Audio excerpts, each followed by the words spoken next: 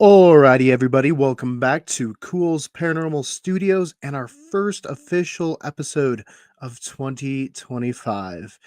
Though we did release some shorts yesterday, including a look at the memorial statue for fallen Denver Broncos cornerback Darren Williams. So if you guys haven't gone and looked at those, make sure to go check them out.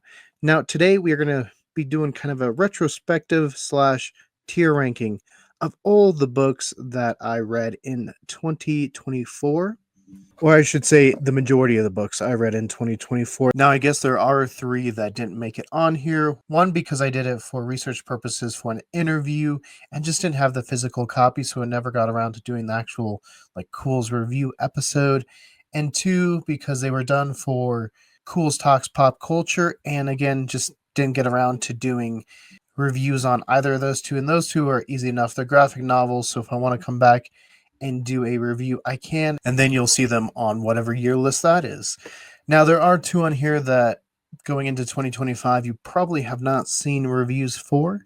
That would be Norman Mailer's Oswald's Tale and the Jurassic World Dominion junior novel. I have recorded reviews for both of those, so you will see them at some point. But yeah, we got 30 books to review, so I guess without further ado, and try not to make this video an hour long, let's look at the books I read. At points, I can see different trips I was doing. There's a little point here from the Roswell incident all the way to No Country for Old Men, where you can tell I was going down to New Mexico. Because obviously we go down to the Roswell UFO Festival. So I read two of those books, read one about Billy, and then read the Cormac McCarthy novel because we're going to go through Las Vegas where they actually filmed the film, as well as I can see October and just some other events, and we'll get to those. But first up was Spider-Man Fake Red. Now this one I read mainly because I saw it at a Target, and it was a manga, and I was like, oh, let's see what it is about. Nick, who you guys should have seen on some of the videos here, including Spider-Man, and I think I read this around one of our Spider-Man deep dives, but he's a big fan of Spider-Man, so me and him read it.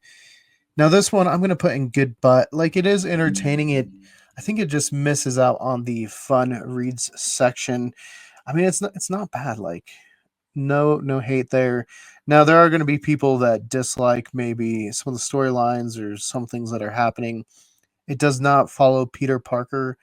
So if you guys are looking for a Peter Parker story, it's not going to be the manga for you guys. But some of the character designs are really cool. And, it's called Fake Red. I don't want to spoil why. Go check it out. It's not terrible. Just not quite up in the top two tiers for me. Next up is Billy the Kid's Close Encounter of the Fifth Kind. This one we had seen a couple times when we'd be in New Mexico.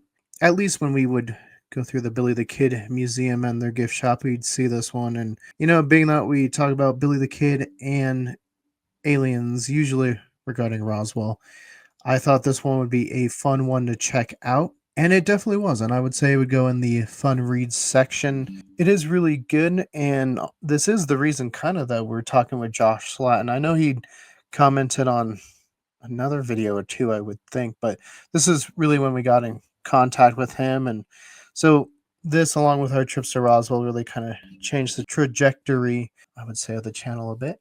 But yeah, it's really fun. It just intertwines the story of this alien with the history of Billy the Kid.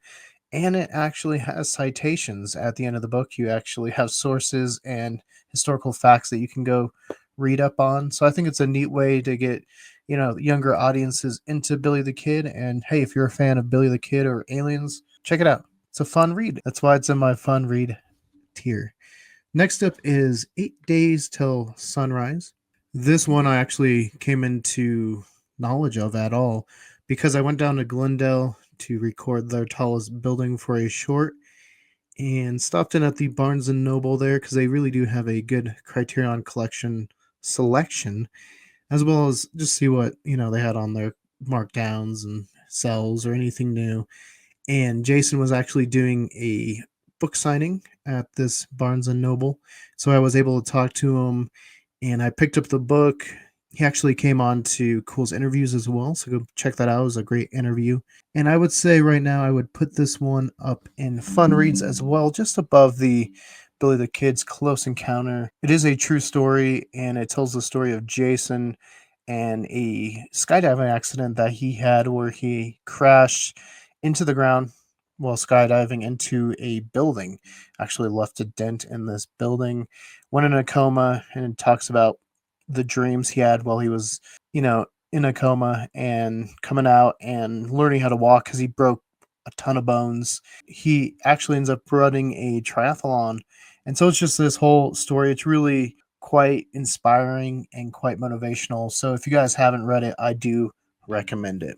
Next up is Nature's Secret Agents. This one I picked up because we had read that Bigfoot Beyond the Legend book with Tom Burnett and Rob Riggs. And so when I did the review for that one, I had seen that they both wrote separate books, and I had always wanted to check it out. And we were scheduled a big snowstorm, and so I got this one in really quickly and had it just in case. Luckily, we did have that big snowstorm, so I had it and I was able to read it. Now, it's good. It was a fun little read. I would put it below the Spider-Man Fake Red. Now, the ranking here probably is going to depend on how much you want to believe in Bigfoot or this guy's stories, because this is a personal stories of this guy's encounter with a group of Bigfoot, I want to say. And yeah, some of it people might just say it's really outrageous. So I guess that really kind of depends where you want to rank it. There are, Bigfoots apparently just hate dogs, is kind of what I got from this one as well. It's short, so it won't take you very long to just go through it and come up with your own opinions as far as whether you believe this guy or not. But overall, I think, yeah, it deserves to be right kind of in the middle of the tiers. Next up is going to be this Casey Tibbs Born to Ride. This is the biography of Casey Tibbs, and I found out about this because of the documentary I had watched, and I had seen it a couple times, including up in South Dakota, but had never really picked it up. And we'd recently been to the Pro Rodeo Hall of Fame, and unfortunately, they didn't have any copies down there, though the statue of Casey Tibbs obviously is right out front. And so I ordered this one offline and read it. And I have to say, right now, goated. It's a really, really good read. Like, no complaints at all.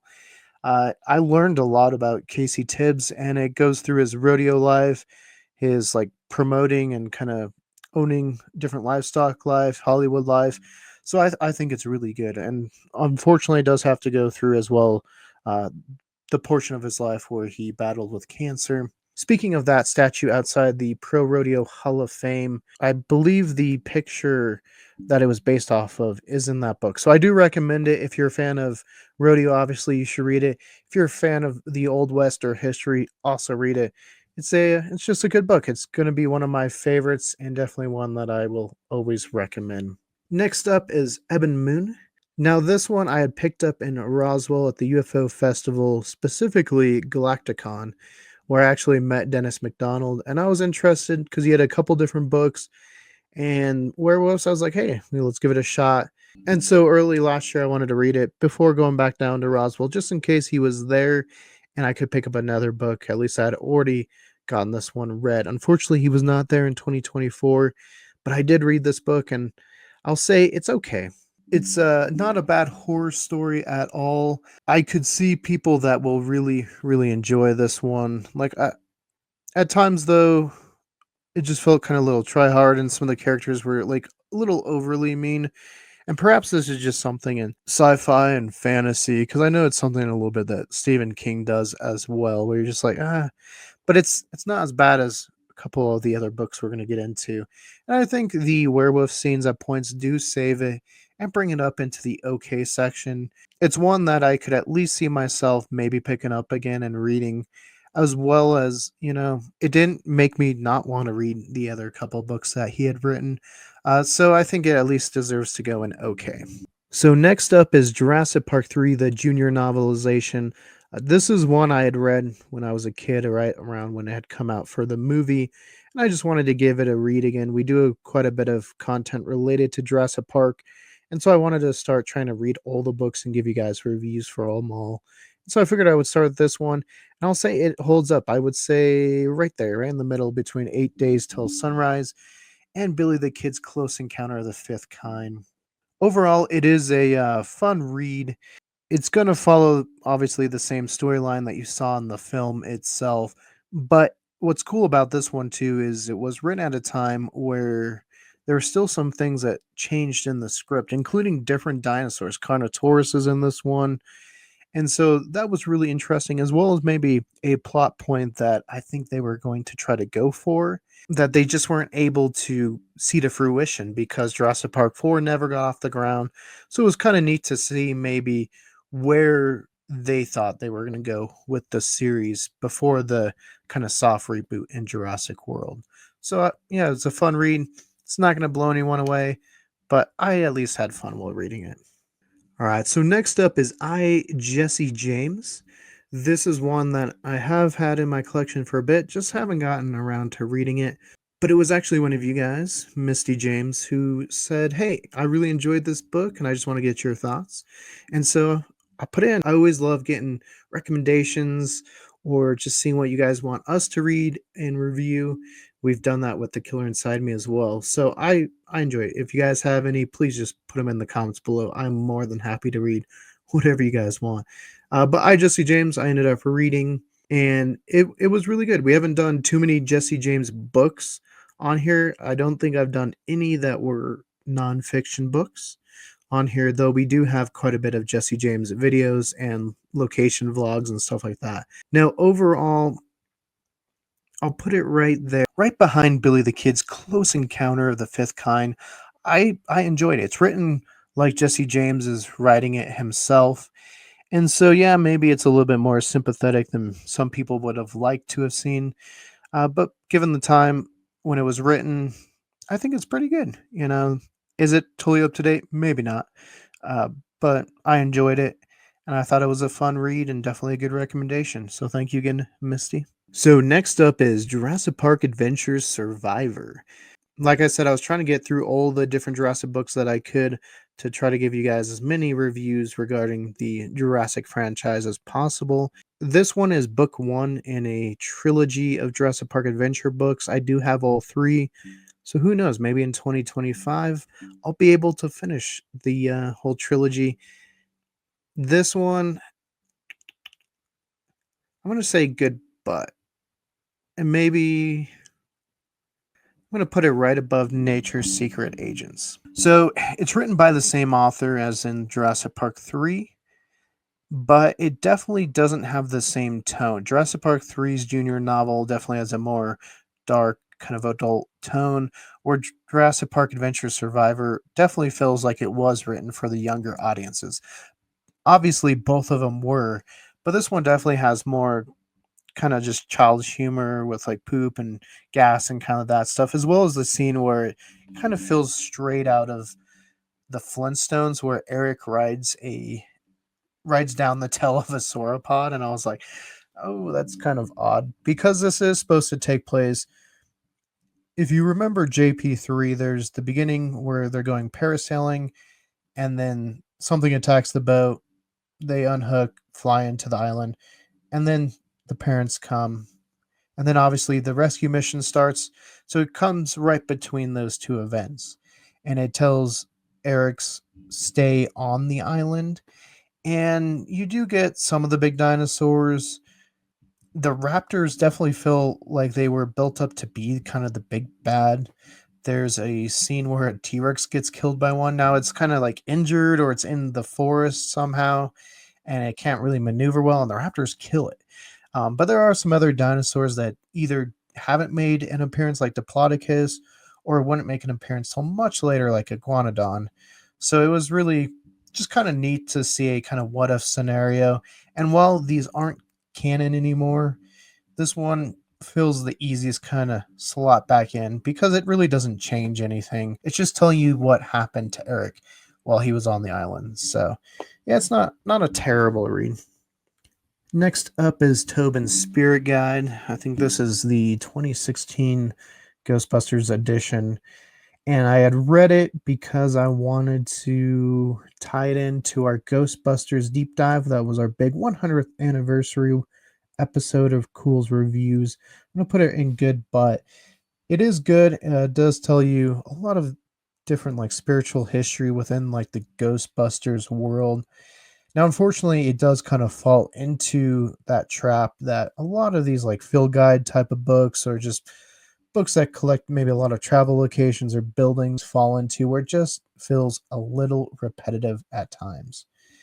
Now, it is super cool. You learn a lot about different ghosts and even maybe a little fun nugget on the two lions in the Field Museum that if you haven't seen The Ghost in the Darkness, go watch it. It's a great movie.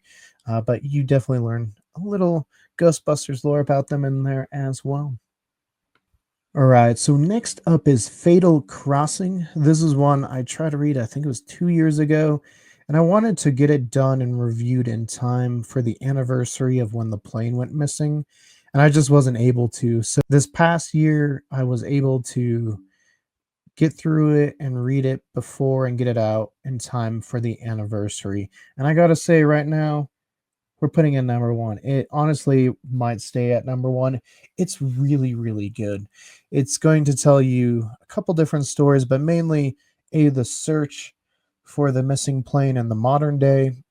Clive Cussler's there. I think it talks a little bit about Josh Gates towards the end because there is an Expedition Unknown episode about it, as well as it tells you the stories of the passengers and more about them leading up to that fateful night where they went missing and crashed and perished. And so, I mean, it gave me all the different emotions. I There was that adventure, let's go find stuff type of emotion. There was that just like mystery. There was some gut wrenching moments, especially towards the end when the plane's going to go down and you're reading kind of maybe some of these passengers' final thoughts, educated final thoughts, I should say. But yeah, it's really good. If you guys haven't read it, you need to. It's super fantastic. If you're a fan of history, true mysteries, you guys got to check it out. I was really happy to have been able to read it as well as review the Expedition Unknown and just keep the stories of the passengers alive who perished that night.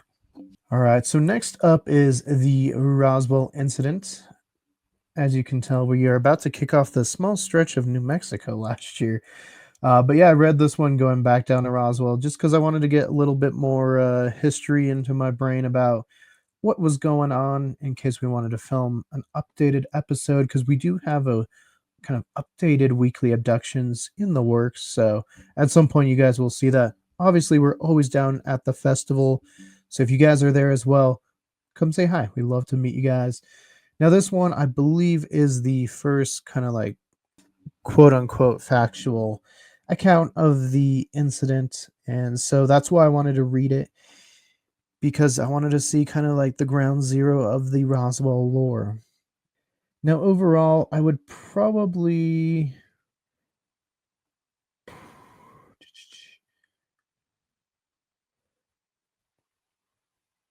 I'd probably put it right there. I think just below Nature's Secret Agents, mainly because that one there's I at least had a good laugh a time or two with some of it. This one, it's not like it's terribly written. There are some things connected to it where you can see some of these like modern connections to Roswell that maybe have been debunked since.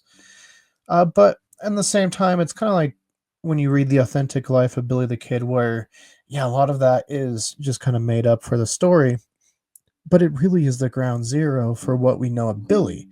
And once you get into more Pat Garrett chasing him, feels more factual.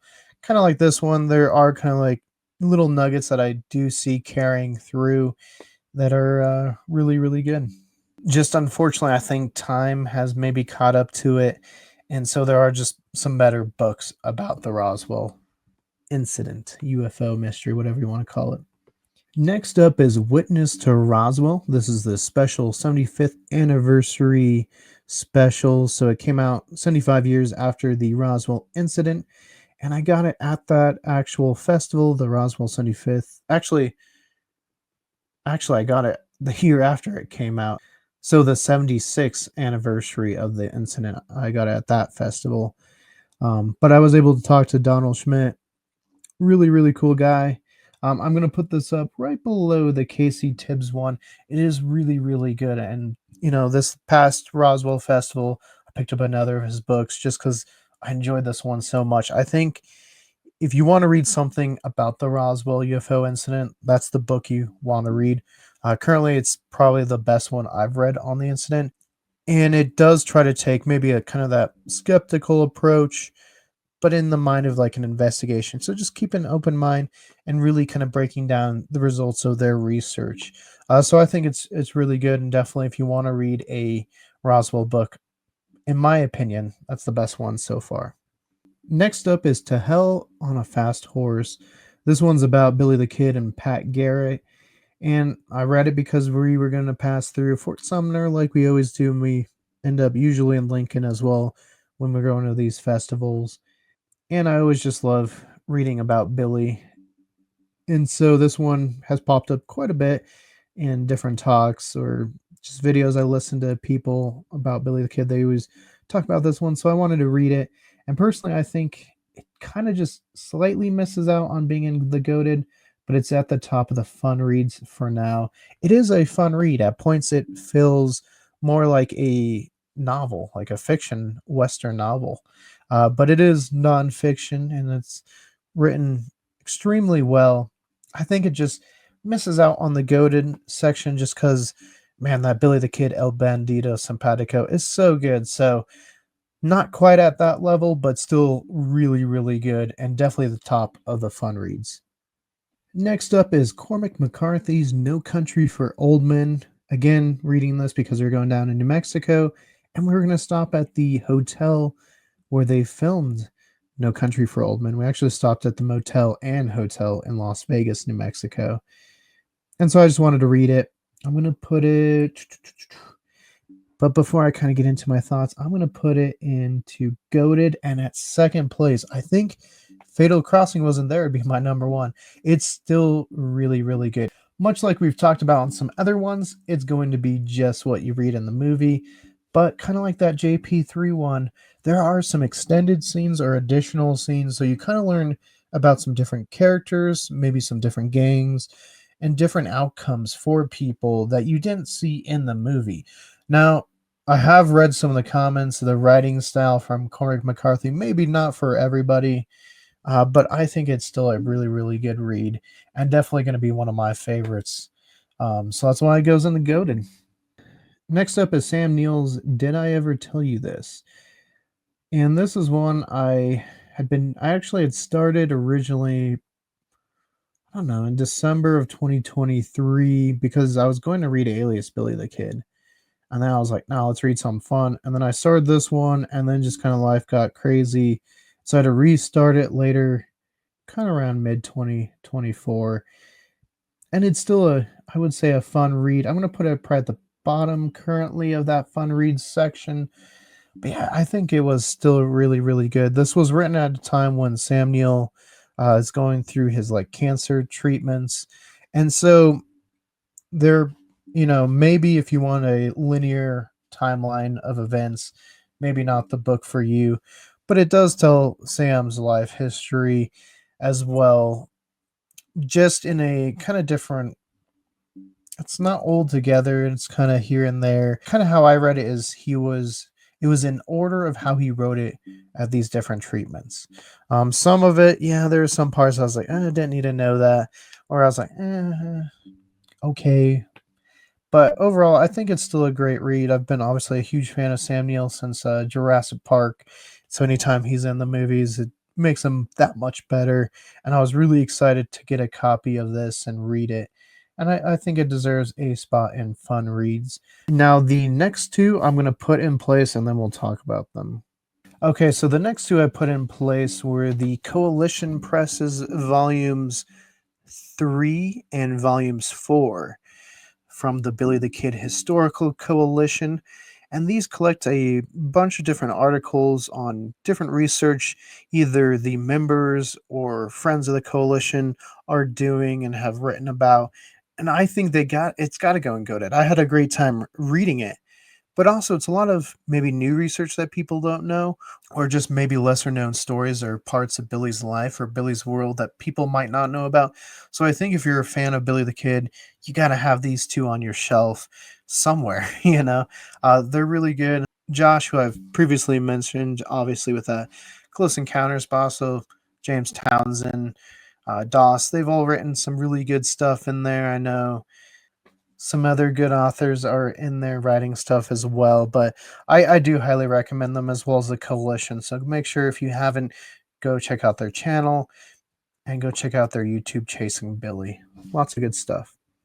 All right, so next up is Into the Storm, and we're just kind of continuing this goaded section. Apparently, I picked a lot that I really, really enjoyed this year, so that's good.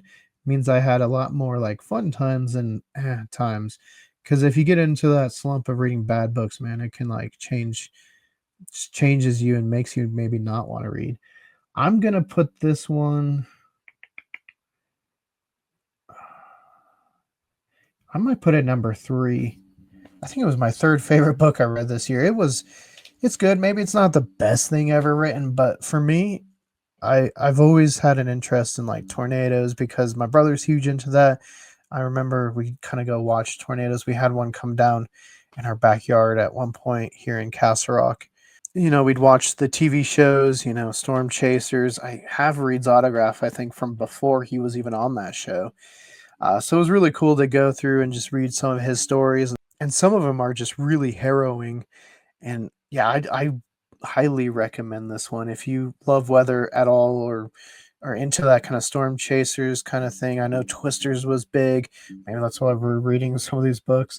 But Twisters came out. It was kind of a big deal. If you haven't read Into the Storm, I do highly recommend it.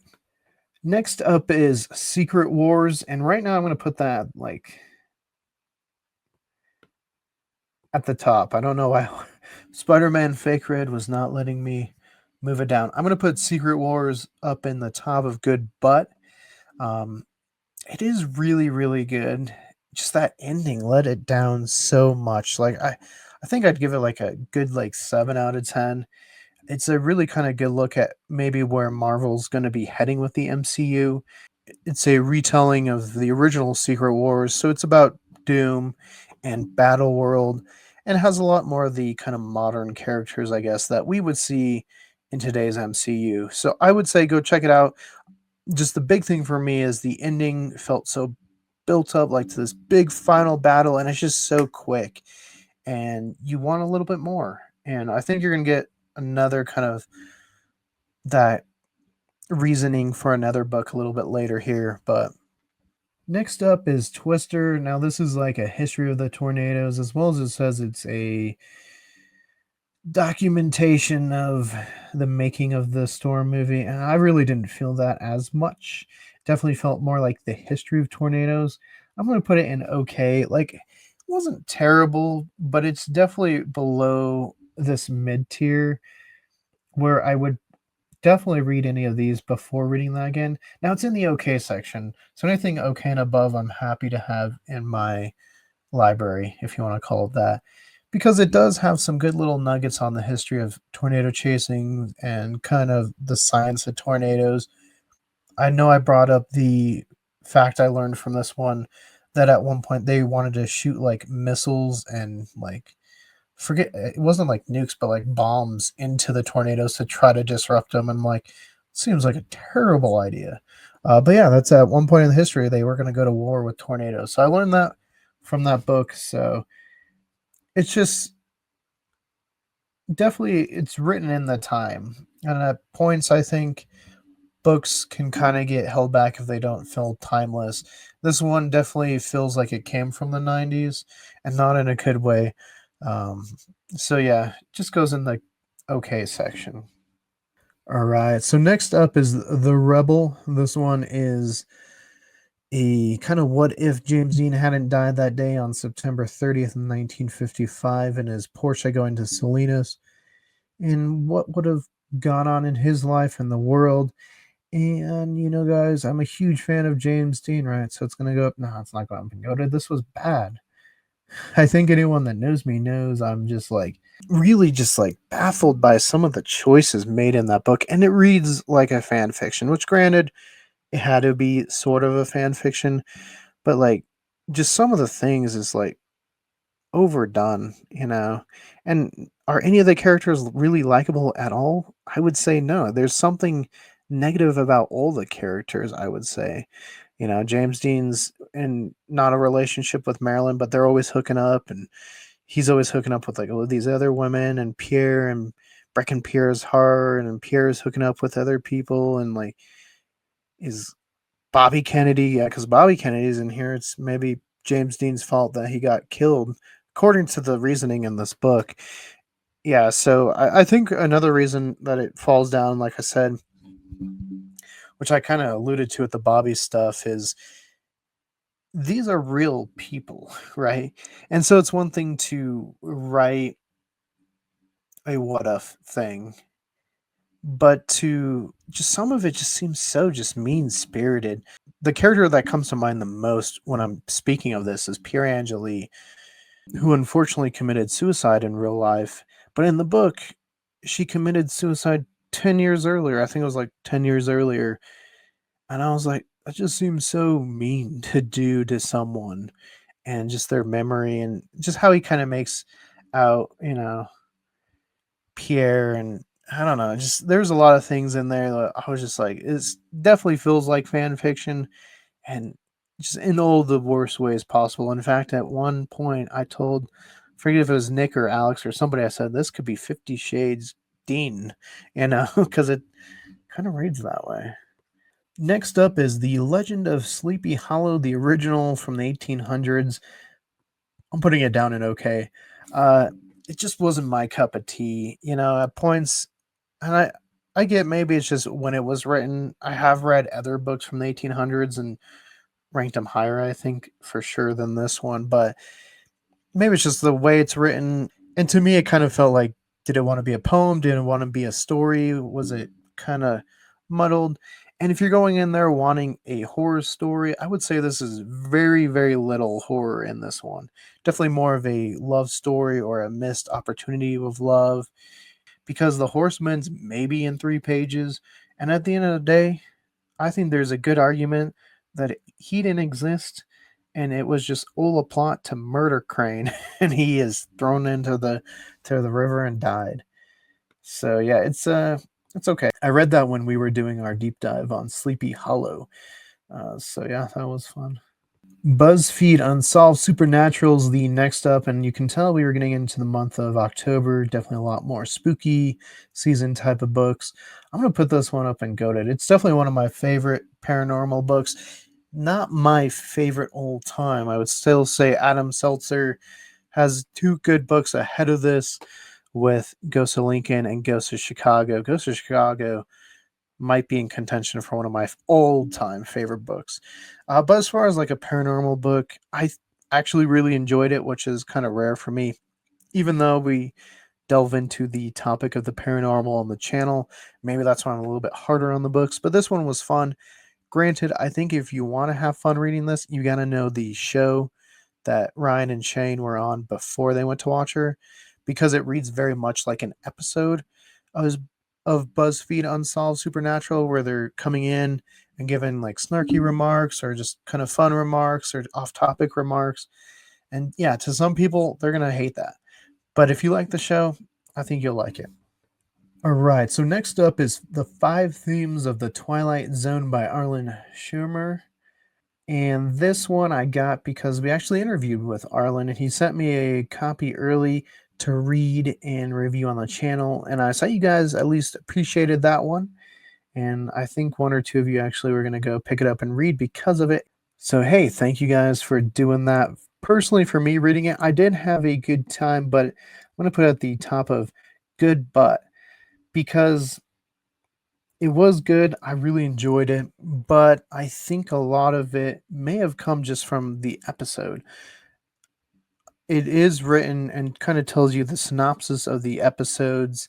And so it just made me wonder, like, how much of it was I enjoying because of Arlen's writing, or how much was I enjoying because of the Twilight Zone? Now, Arlen's writing is really good. I can hear his voice because we interviewed him, so I can tell he's right in this one. And he put together a fantastic book. If you're a fan of the Twilight Zone, this needs to be in your collection, I think. The only holdback from putting up maybe in that fun read section is I wish there was a little bit more. I just wish Arlen put more, just just a few more things into it, and it Honestly, it might have even jumped up into goaded.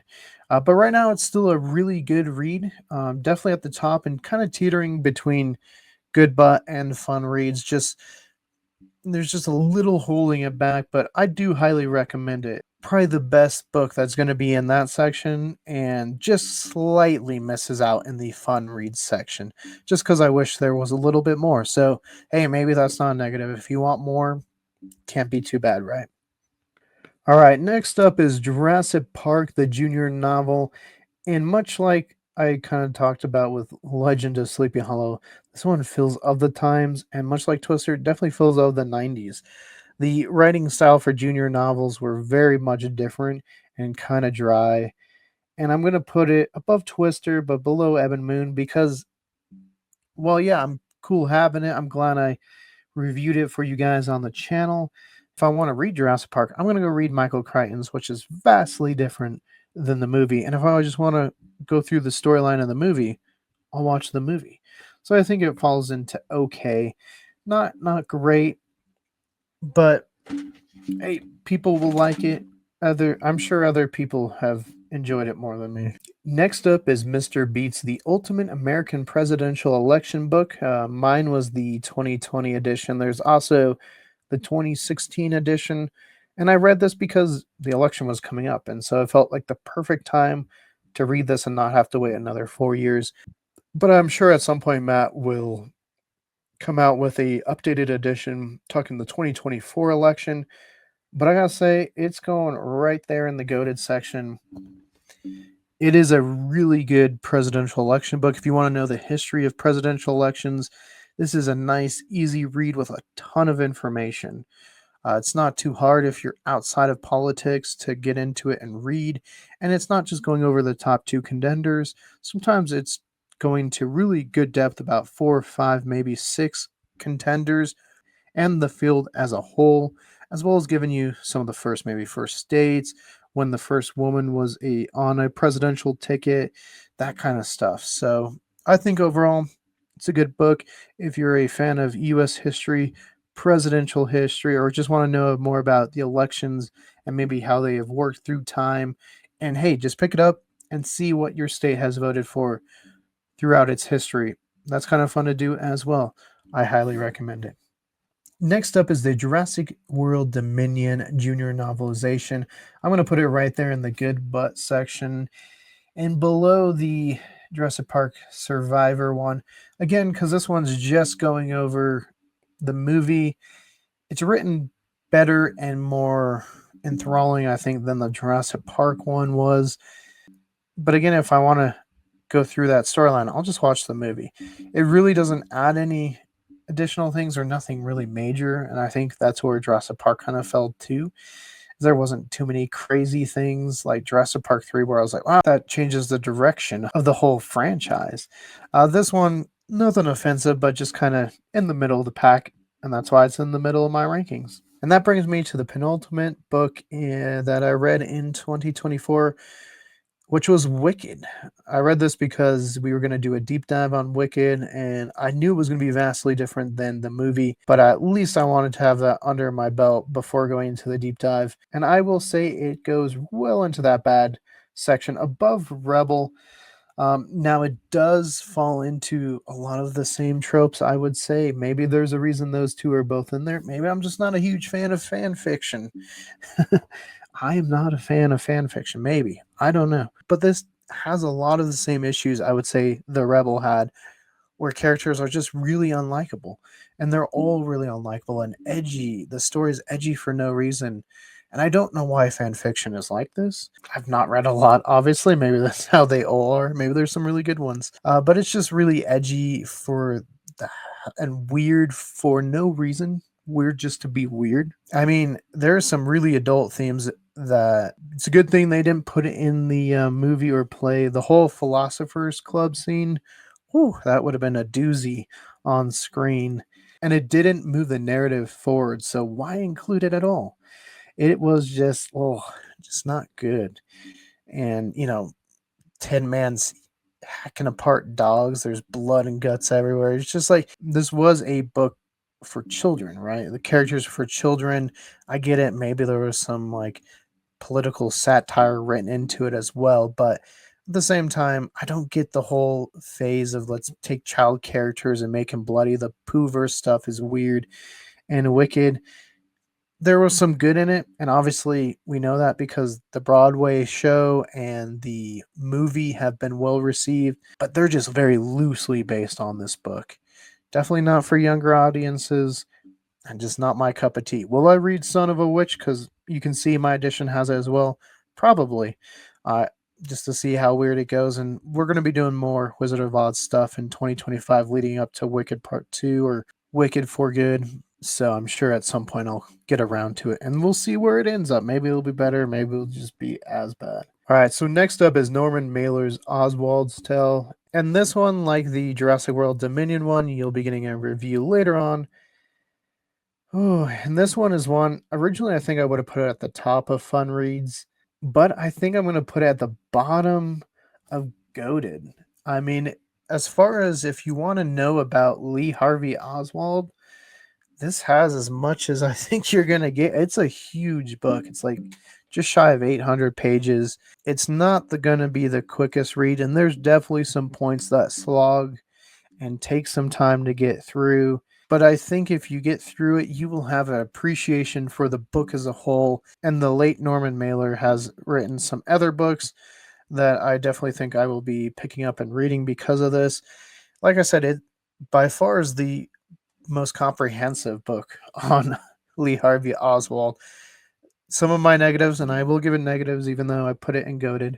Some of the times you learn about the characters, it just seems like they're so minuscule, like in the whole thick of the plot. Like maybe Marina worked with them for like a day, so you're going to learn about their whole life. Hey, it's good. It's thorough, no rock left unturned, and it does go into the conspiracy side, so you'll even get some of that side as well. Um, I won't tell you as far as what he believes or not, or what the book says, but I think it's a good comprehensive look at Oswald, and it's definitely, at least currently, I'll put it in goated. Uh, no, I think I'll put it back at the top of fun reads. There's just I did name quite a few negatives, so I feel like it'd be weird to put it in goated and have so many negatives. But overall, it is a really good read, and I do highly recommend it. So it does, I guess, end up back into the top of fun reads. Maybe it's not for everybody, and who knows? Maybe there's a better book on Lee Harvey Oswald. I just haven't found it yet. At some point I'll read it. I read quite a bit of books related to JFK and obviously the JFK assassination. And so I'm sure at some point I'll come across more. If you guys have one I need to read, tell me in the comments below. But yeah, there's my tier list for the books I read in 2024. As you can see, it was a pretty good year to read books for me, at least. I chose, at least the majority of them were in the good but section and above, and only a couple were in okay or below. Obviously, the more fan fiction-y type of books fell into bad for a plethora of reasons. And then you kind of got those okay ones, these ones that weren't terrible, and maybe some people really love, and that's okay. Art is subjective, writing is an art. You guys just might have different tastes. So let me know. What did you think of my ranking? Did you see any books on here you read that you think I ranked too high? Or are there any that you read that you think I ranked too low? Definitely let me know.